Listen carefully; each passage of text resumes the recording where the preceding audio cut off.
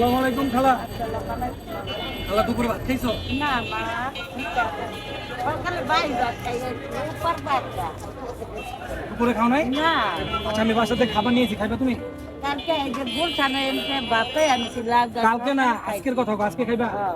আচ্ছা আহ তাহলে একটু ওই একটু আড়ালে বসো, আসো আহ। নাতিন মাইয়ার মাইয়া কইতে খাইবে তা তোমার ছেলে নাই?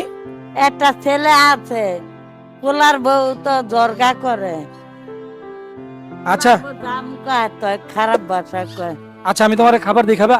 হ্যাঁ মামা বারবারই ফরিদপুর আচ্ছা আমি দিতে। একটি ছেলে সন্তান থাকার পরেও তার জীবনে এই দুর্ভাগ্য, এটাই হয়তো ভাগ্যের নির্মম পরিহাস।